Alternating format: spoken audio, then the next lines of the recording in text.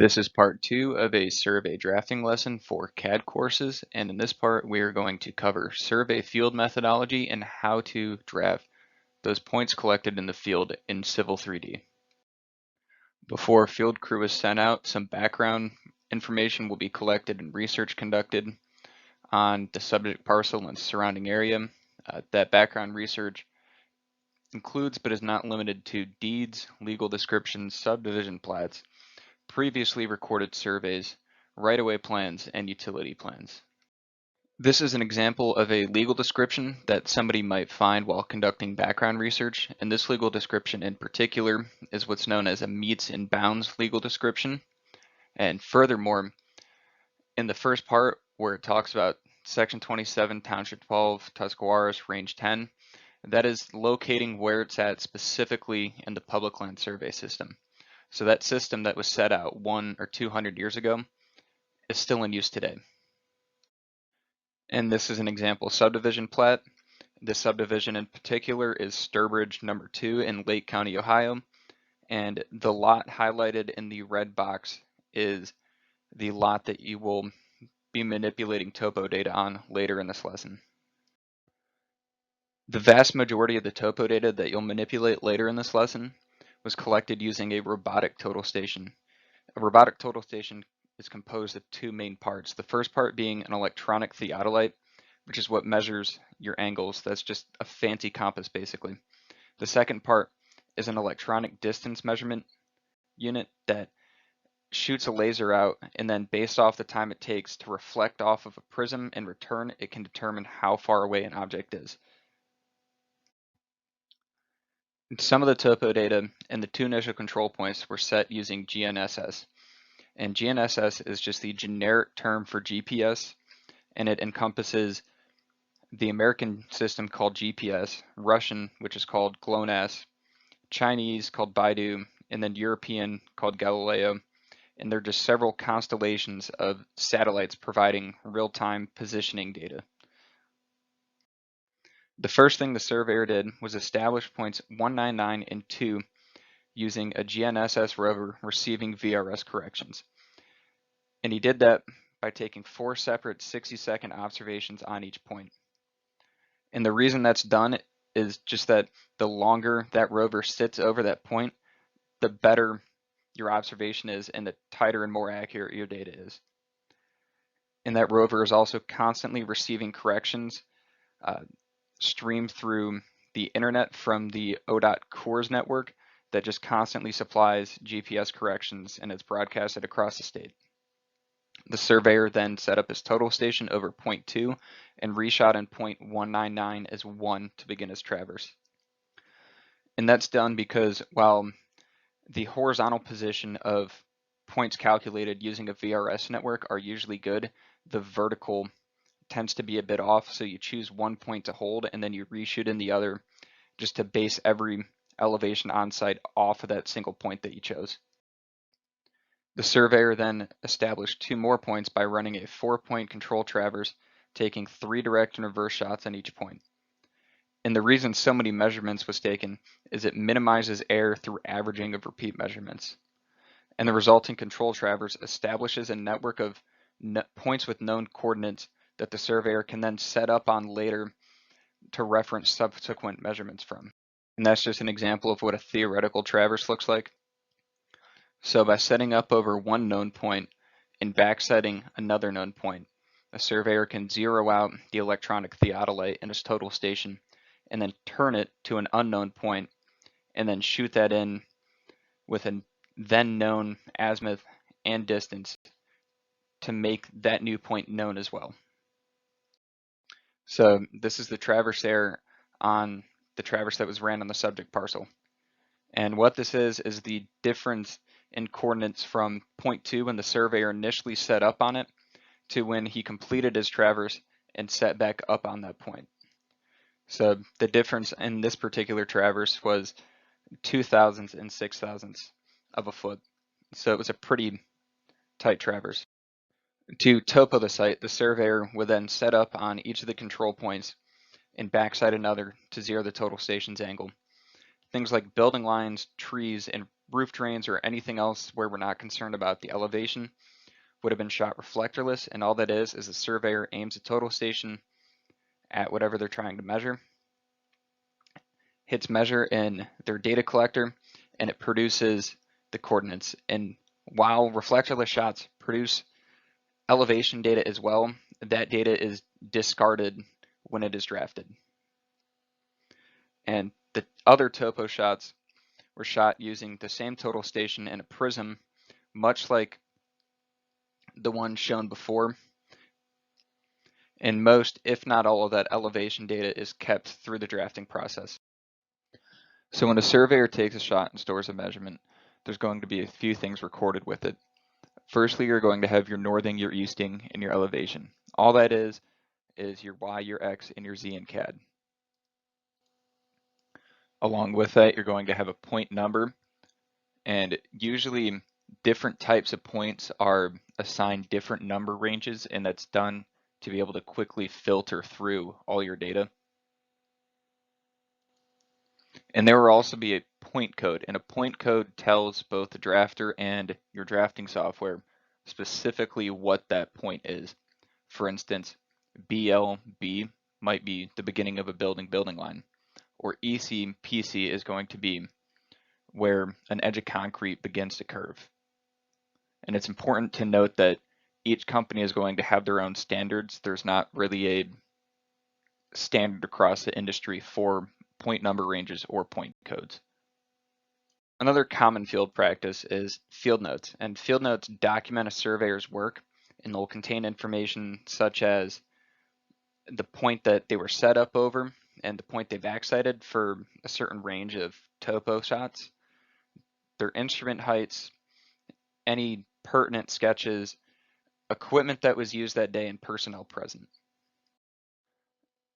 So these are some example field notes. On the left, you'll see the field notes from the control traverse that was ran. And going from top to bottom, you can see that the surveyor first set up on point 2, backsighting 199, and reshot 199 as 1.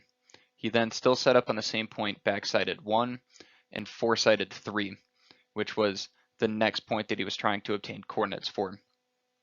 He then moved setups to point 3, backsighted 2, and shot in point 4, and then repeating the process, setup over 4, backsighted 3, and closed back on point 2. So once fieldwork is complete, that data is then sent back to the office where it is drafted. The two most common drafting softwares in the surveying industry are AutoCAD Civil 3D and Carlson Survey Suite. However, there's a few other ones out there that some companies use as well. And this is where a drafter takes that raw data and produces it into a usable product based off project needs that might be producing it into a final survey for a professional surveyor to then review, stamp, and send out, or it might be creating some sort of deliverable for engineering purposes. So this is a subject parcel drafted in 3D with the resulting contour lines shown. And in CAD, that is an actual 3D surface. This is the same parcel, but only in 2D, so there's no elevation data associated with the points behind this drawing or the line work or anything involved. And this is what you will be drafting in the interactive portion of this lesson. But what is this data used for? Well, one of the biggest things it is used for is future engineering design. And those projects usually require 3D data so engineers know the topography of the area that they are designing on and off so they can make future plans. It's also used for American Land Title Association surveys, which are used to ensure titles after sale. And depending on what the client wants, that resulting survey may be either 2D or 3D. Topographic surveys can also be used for floodplain determinations and floodplain insurance. So we have Civil 3D open. The first thing that we're going to do is save our drawing. And it doesn't matter what you name it, just make sure it's something that you can easily identify later. Then once the drawing is saved, we're going to set our drawing layers. So just type lay, hit enter, and that'll bring up all of your existing drawing layers. And I'm not going to go through all the layers that are needed for this exercise. They're listed in the print instructions, but real quick, just to show you how to create a new layer, you can select any current layer, then hit new layer, rename it. So in this case, we'll name it A-air for aerial. And then after that, you can go through and change your color and your line type and your line weight if you so choose. And for this exercise, it doesn't matter what color any of your lines are, just make sure that each layer is distinguishable from one another. Once we have that done, we can either go to the Civil 3D workspace, or if you're already in the Civil 3D workspace, you can go and under the Home tab, you'll see Tool Space, and if you click that, your tool palettes will pop up. And in particular, you're going to need the Prospector palette, and that is the one at the top left right there where my mouse is. So make sure that's pulled up. Then we can go to Points, Point Creation Tools, Import Points, select the point file that we want to import. In this case, it is Site Features 2D. And then in point file format, select PNEZD, comma delimited, hit OK. And now our points are imported. So if we zoom extents, you can see that. And then we can adjust the scale of the drawing to declutter it a bit. Once our drawing is decluttered, we can then go to our workspace, switch to Planning and Analysis, go to Insert, Image, select the aerial, and then insert it into the drawing. And then the next thing you'll want to do is right click it, hit display order, send it back, and then right click again. Gotta have it selected, hit properties, and under image adjusts, change the fade to 50. And that just makes the image semi-transparent. And once we're done with that, we can switch back to our Civil 3D workspace and begin adding point groups. So to create new point groups, right click point groups in your prospector tab, select new, and this first point group will be pavement. And go to include with raw descriptions matching, and then just copy and paste the point codes from the print instructions. Hit OK. And then you'll see down here all the point codes with matching, or all the points with matching point descriptions rather, are now in that point group. And you'll repeat that process for the rest of the point groups in the print instructions.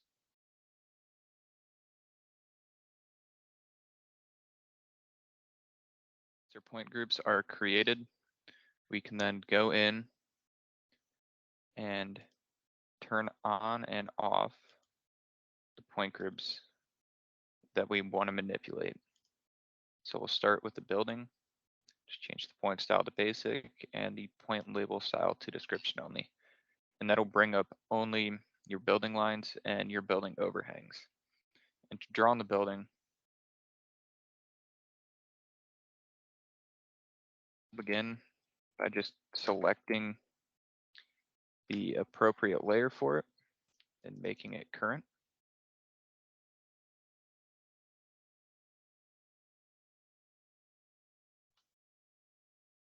Typing P line into the command bar. And you want to make sure that snap to node is turned on in your O-snaps for this, and begin at any of the building line nodes.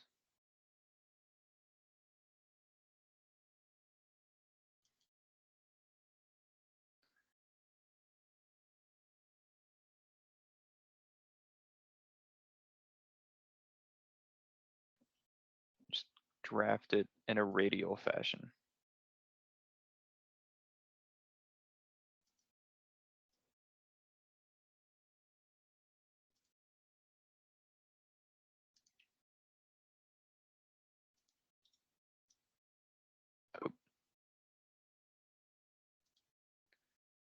You want to make sure you hit enter and not discard it.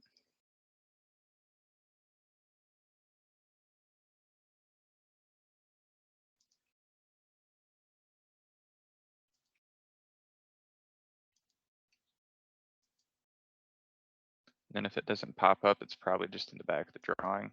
So if you select the area to highlight it, go to display order, bring to front,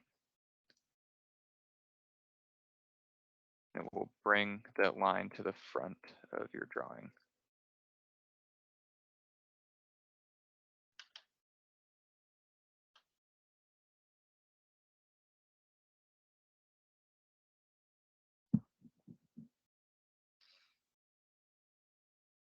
And we can repeat that process for the building overhangs.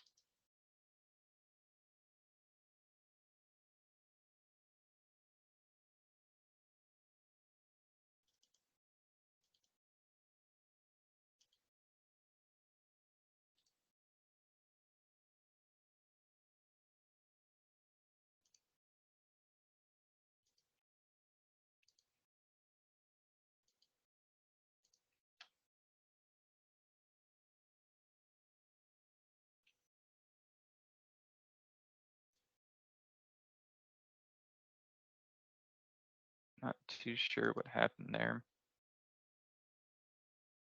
But what we can do is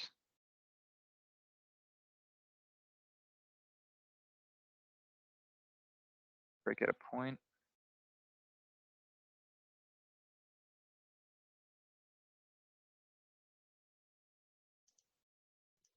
And select that point, and then we'll be able to delete whatever happened there. And also some of these overhangs, you're going to have to extend to the building line because they don't quite match up.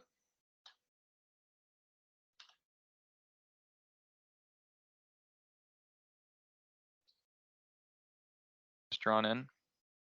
We can then hide that point group.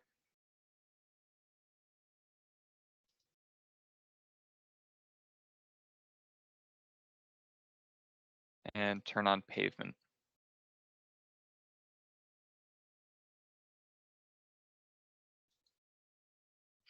And the first thing I would do is draw the center line.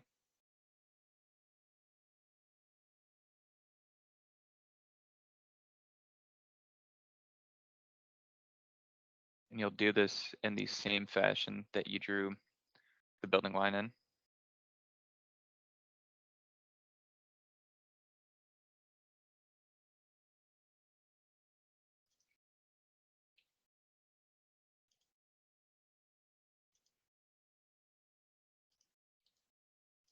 And you'll then repeat that to draw in a edge of asphalt, a bottom of curb, and a top of curb. As well as there's two driveways on the east side of this roadway that you'll have to draw in. Roadway is drawn in, we can draw in the driveway.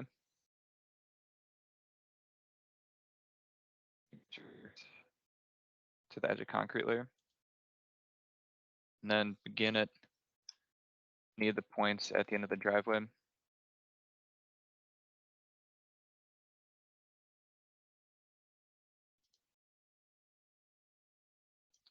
Just draw on the main driveway first.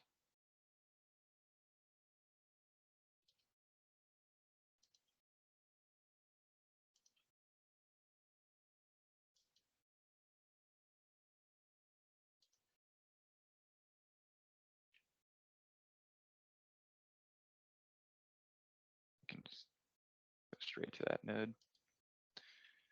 And then this front walkway is curved, so I'll go to draw arc 3-point, begin at the point of curvature, then the center point, and then the point of tangency.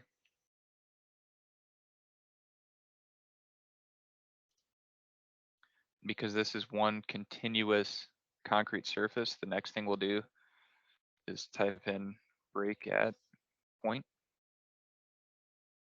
select the line we want to break, and then select the point we want to break it at,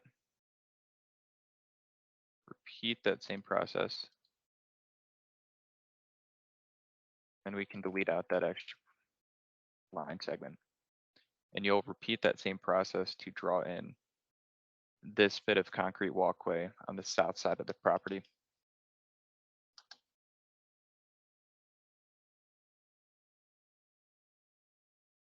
The next portion off camera, but you're going to draw in the concrete pad the AC sits on and the rear patio using the same methods. Then once we're done with that, we can then turn off our pavement point group.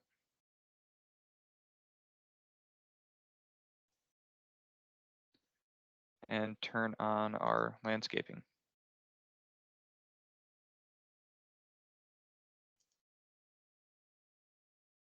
And I'll use this rear flower bed as an example. So the curves on the end, the easiest way to draw that is to once again go to arc 3-point. First, let's make sure we're in the right layer.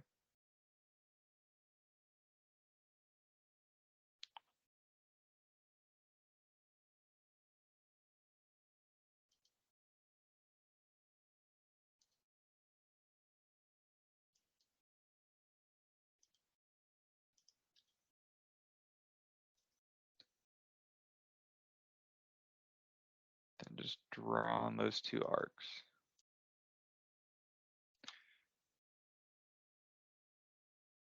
Between those points, you can just draw a polyline.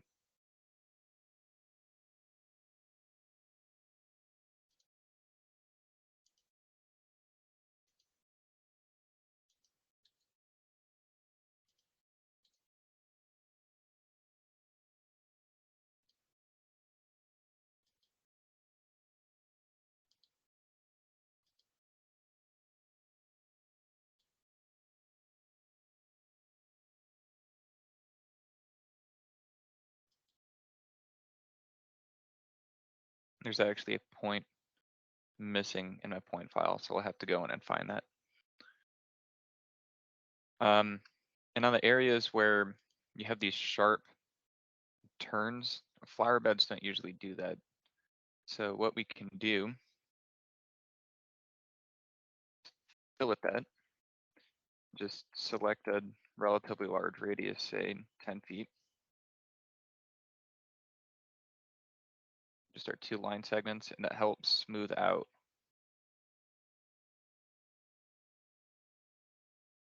those polylines.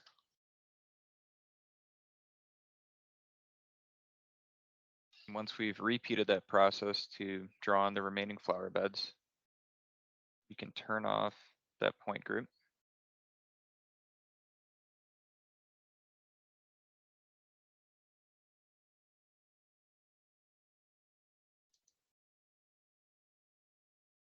Oh, that was the wrong one.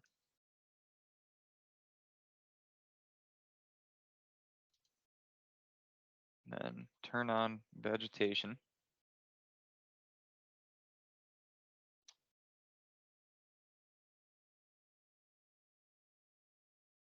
And fence.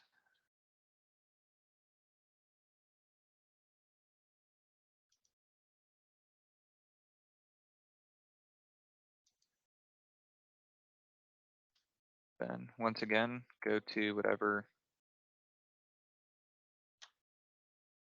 layer we need, select that as current.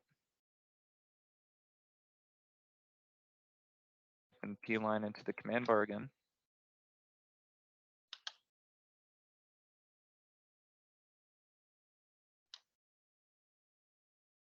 and then draw in the fences on the subject parcel.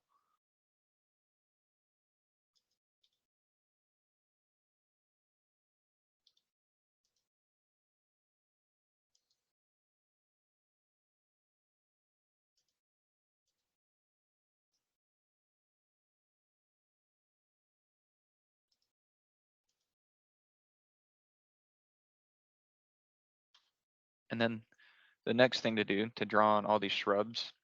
Now, if you have a field to finish software set up, when you shoot a shrub, it'll come into CAD automatically with that symbol. But since we don't have that, what we're going to have to do is open up our blocks drawing. The easiest thing to do is just going to be to copy all those blocks into our existing drawing.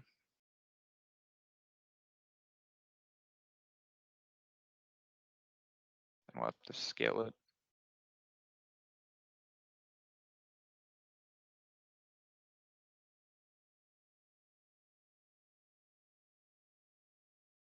Then we can select the shrub symbol, type in copy base, just select the base point to be the center. And then we can just hit Control V.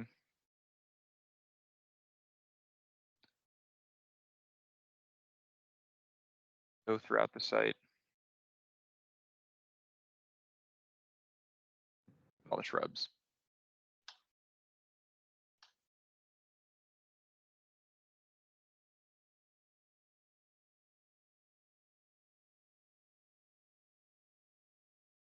You will turn off that point group.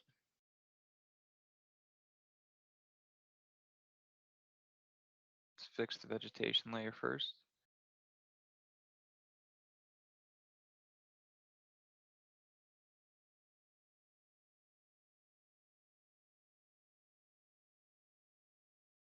Then we can turn off the two groups we have and turn on utilities.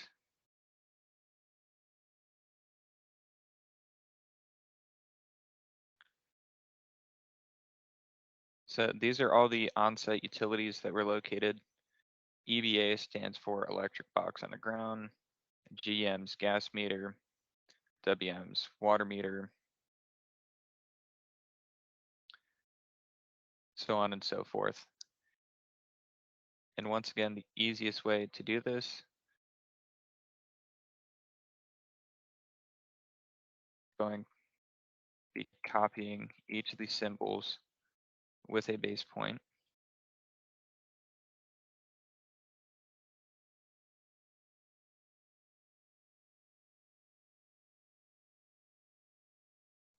To their appropriate destination.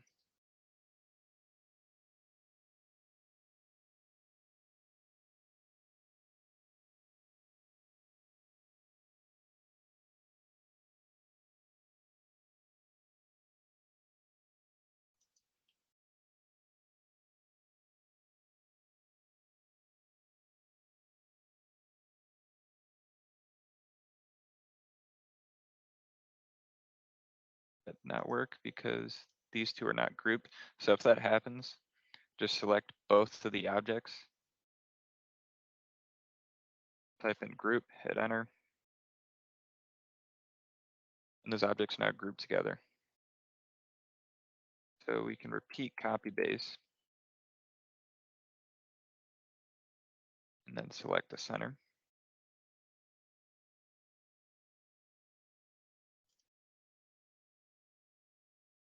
Just turn on my other snaps while I'm at it.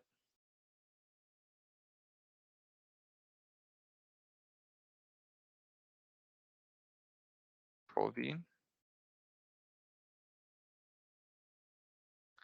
And insert the rest of those blocks.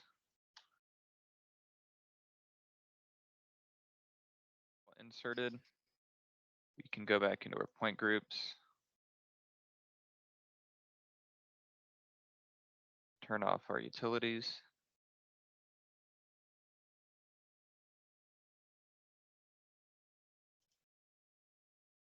The next thing we're going to have to do is go to the Annotate tab, Dimension,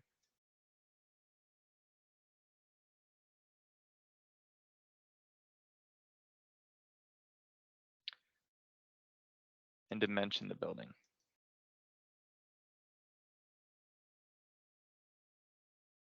And when it comes in kind of perpendicular to whatever line you're dimensioning, you can just select it, go to its properties,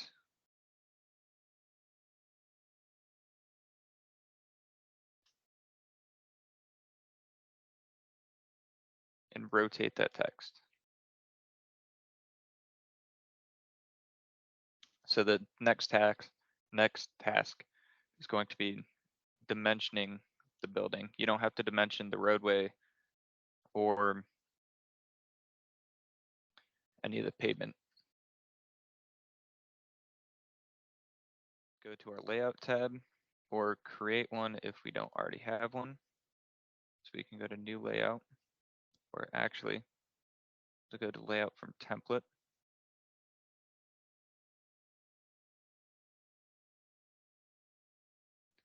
And just select whatever template we want.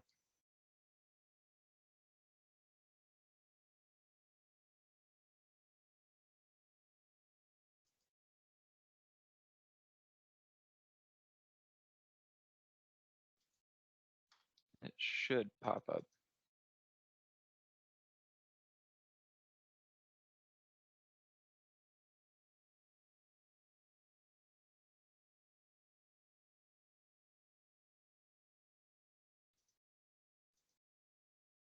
There we go. You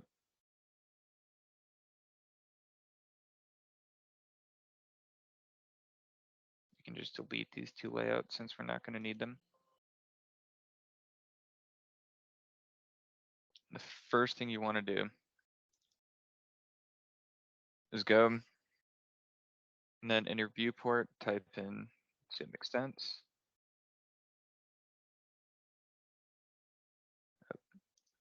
Should unlock your viewport first, and then type in zoom extents, and it'll bring you up the extents that you're drawing. So you can see this is fairly cluttered, so we can go back to model space.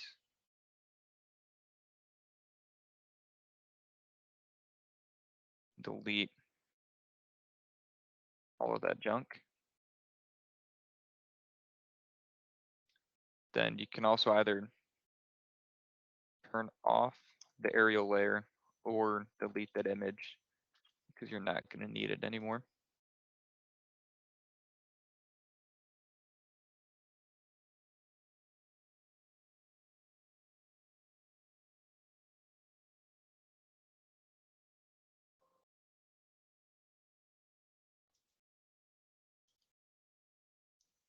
So if we go back to the layout and ZE again,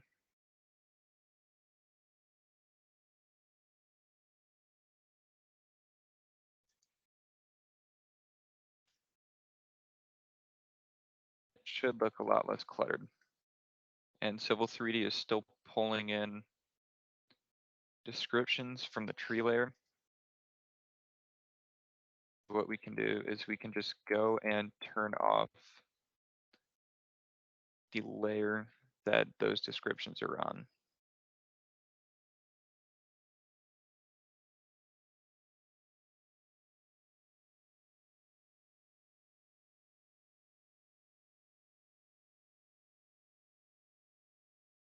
And now that looks a lot nicer. Then we can go to plot.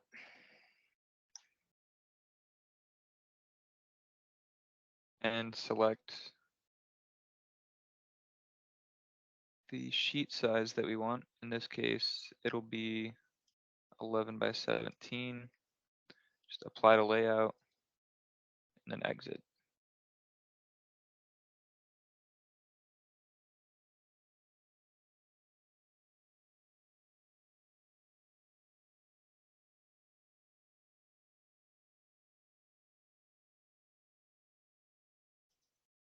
And then the next thing we'll have to do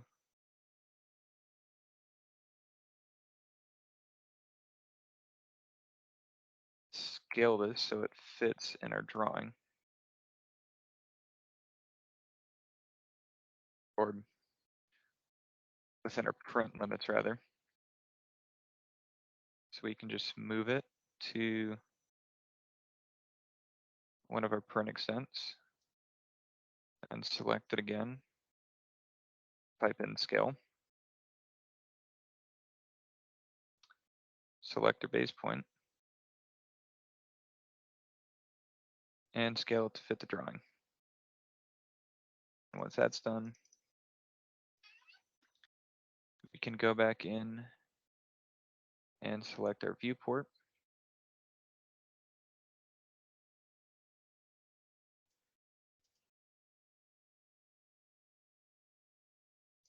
Center our drawing.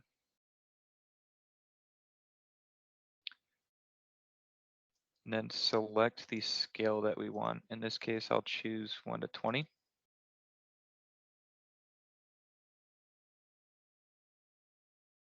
Center the drawing again.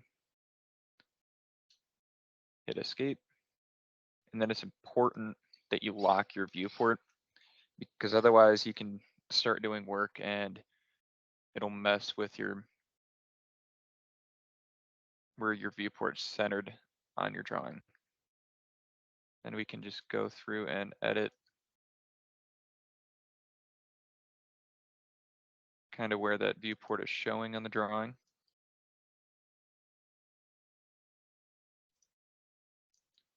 And if we want to, move the whole viewport.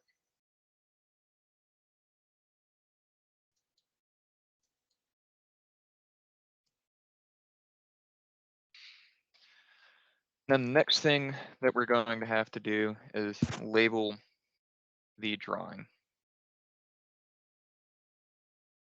So for that, you're going to go through, just hit mtext,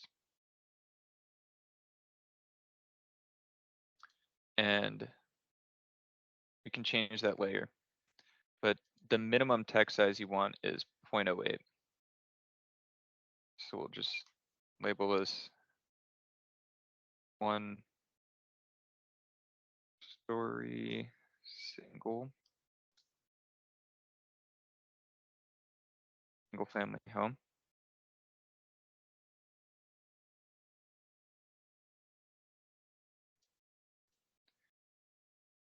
We can justify that center.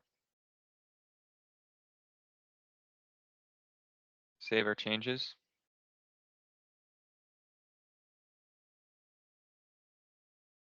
And go in and I'll say I want this text height to be 0.15.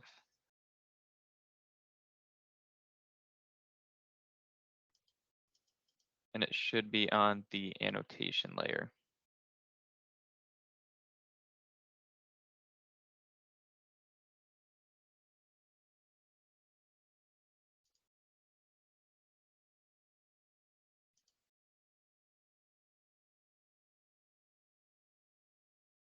I'll actually go in and make that text a little bit smaller.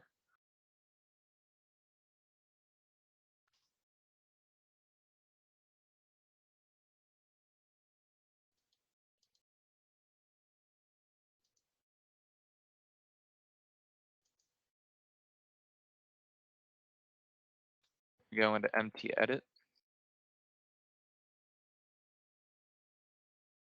We can change how that text presents. And you'll repeat this process to annotate in the driveway as well and the concrete patio.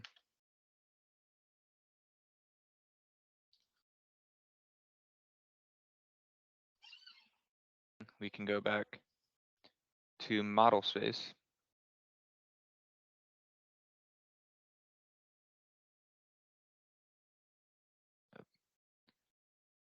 Won't let you do it if you're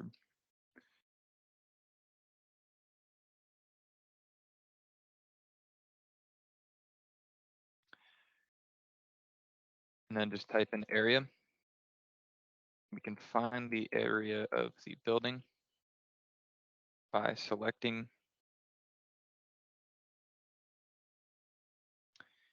each building corner.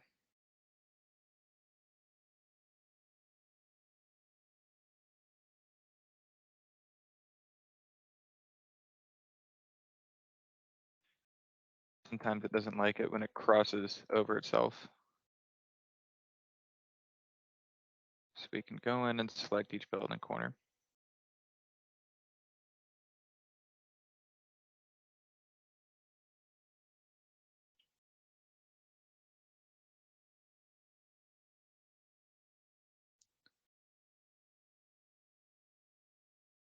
Then hit enter.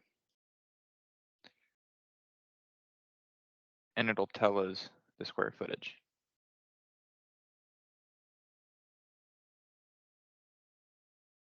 Let me repeat that real quick.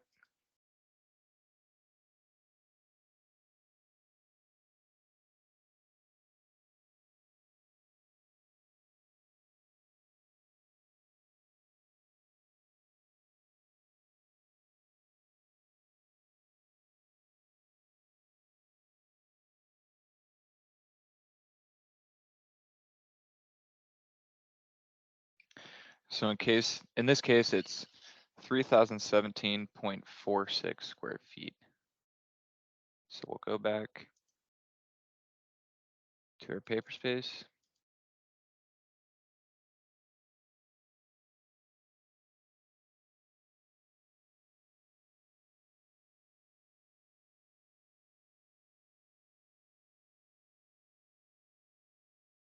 Type in our square footage and save those changes. And then to annotate the porches, we can go to multi-liter.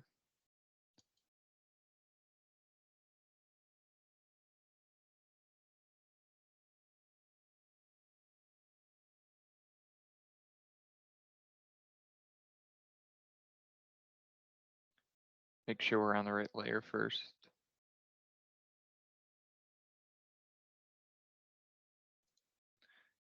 We can go to multi-liter and create annotation with an M liter.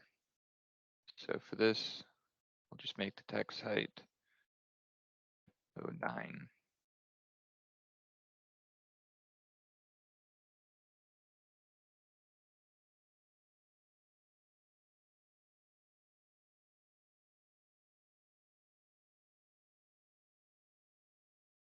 And just label that it's a porch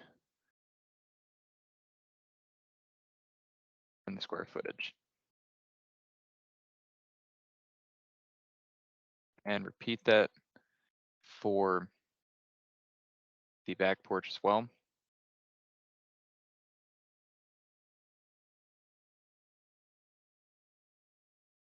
Next thing you will do is you will insert a north arrow.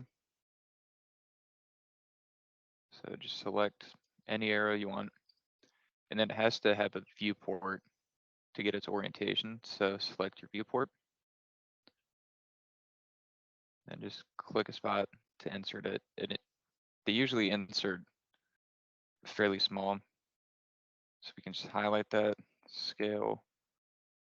Another way we can scale stuff by scale factor as well, but we'll just do it this way for now.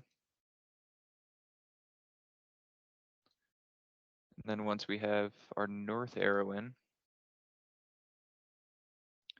we'll insert a imperial scale bar using the same process.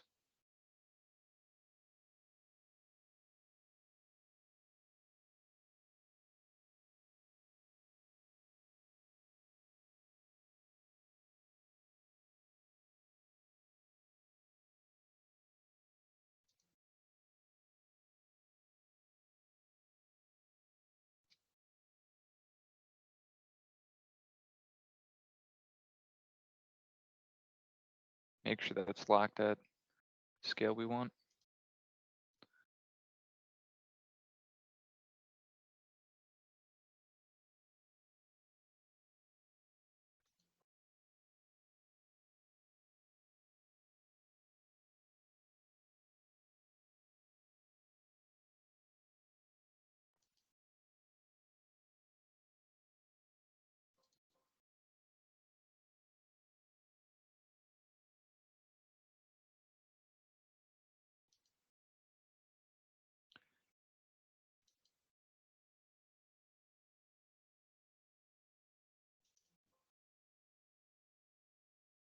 I am not completely sure why the scale bar is not importing.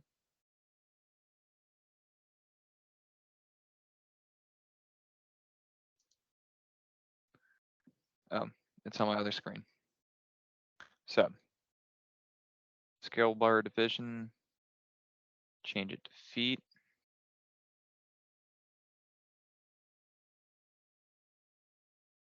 I don't know why it's set that. Let's just set the division since it's 20 scale at 20 feet.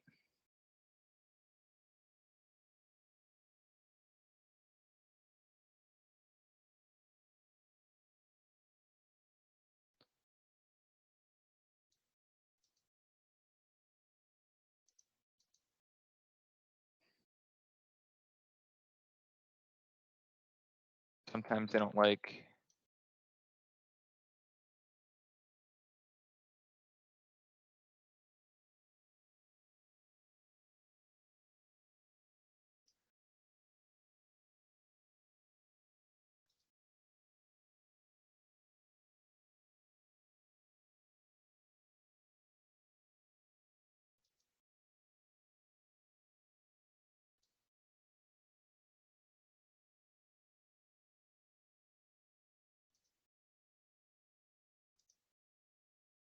Okay, there we go.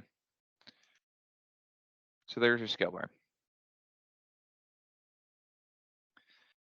And then after that, we want to add a legend.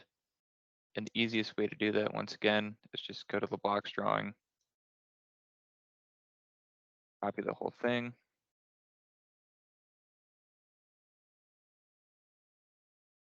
paste it somewhere to your drawing. Although I didn't seem to copy. Fine.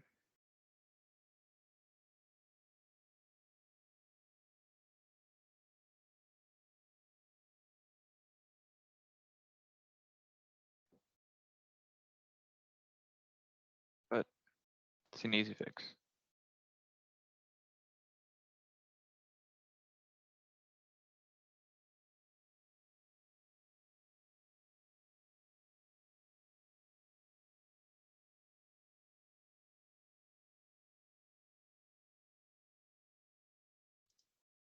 And before doing anything else, group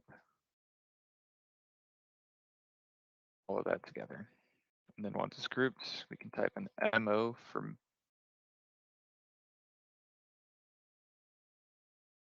MOV actually for move. And move our scale bar into our drawing. And then the next thing in your notes down here, you can use mtext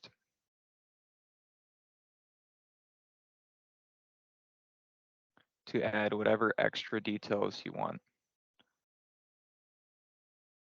So firm name and address.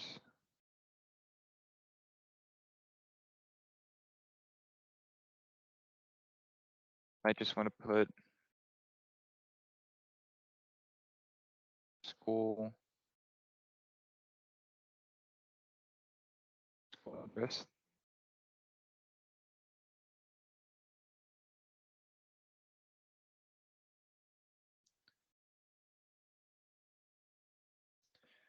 Project name and address. Might want to do the same thing. Down here in your scale.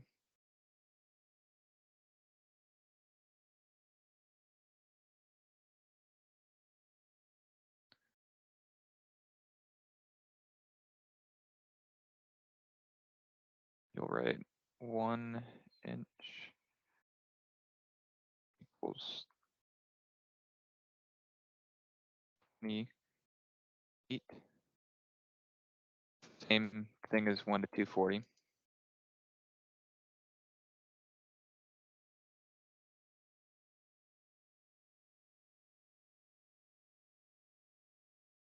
Occasionally, I have to change the height until it fits those boxes.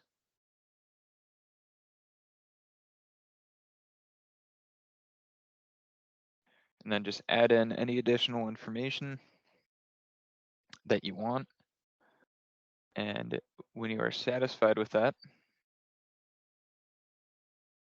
save your drawing once again, and go to plot.